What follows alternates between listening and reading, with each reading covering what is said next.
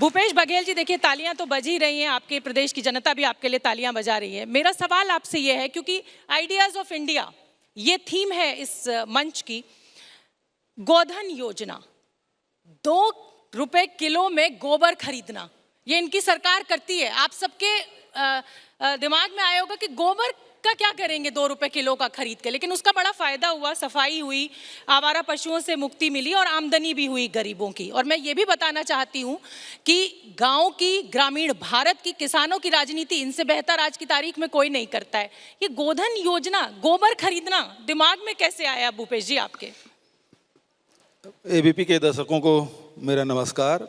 और बहुत ही महत्वपूर्ण सवाल आपने पूछा है कि गोधन न्याय योजना की शुरुआत कैसे हुई। पूरे देश में राजनीति चल रही थी गाय पर। गाय या मवेशी खरीदने बेचने वालों को भी सड़कों पे पिटाई होती थी, उस पर राजनीति। और मैं उसके पहले आपको बता देना चाहता हूं कि हरिशंकर परसाई जी बड़े व्यंग्यकार थे। उन्होंने अपने लेखन में कहा कि देश में, पूरी दुनिया में गाय दूध देने का काम करती है, अकेला हमारा देश हिंदुस्तान जहां गाय ओट दिलाने का काम करती है। और पूरे देश ने देखा है कि किस प्रकार से दौर चला कि लोगों की मॉब लिंचिंग हुई, पिटाई हुई, माइक थोड़ा सा मुंह पे, मृत्यु तक की हो गई।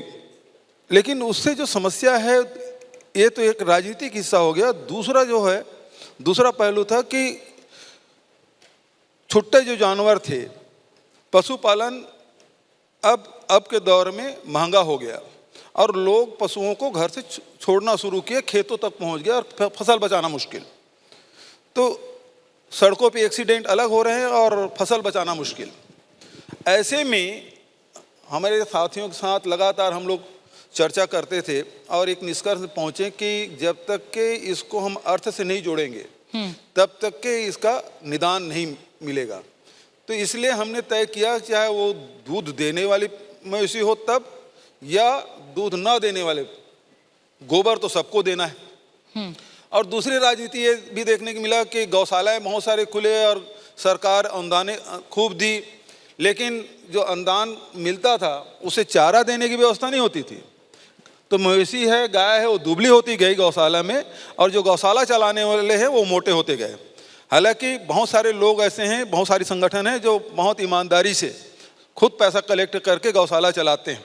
उसी की देखा देखी सरकार ने भी किया। लेकिन जो दूसरे लोग जो आए वो केवल सेवा के भावना से नहीं आए, बल्कि पैसा कमाने के हिसाब से आए। तो वो लोग तो बहुत मोटे हुए और गाय मरती गई और आज भी मर रही हैं।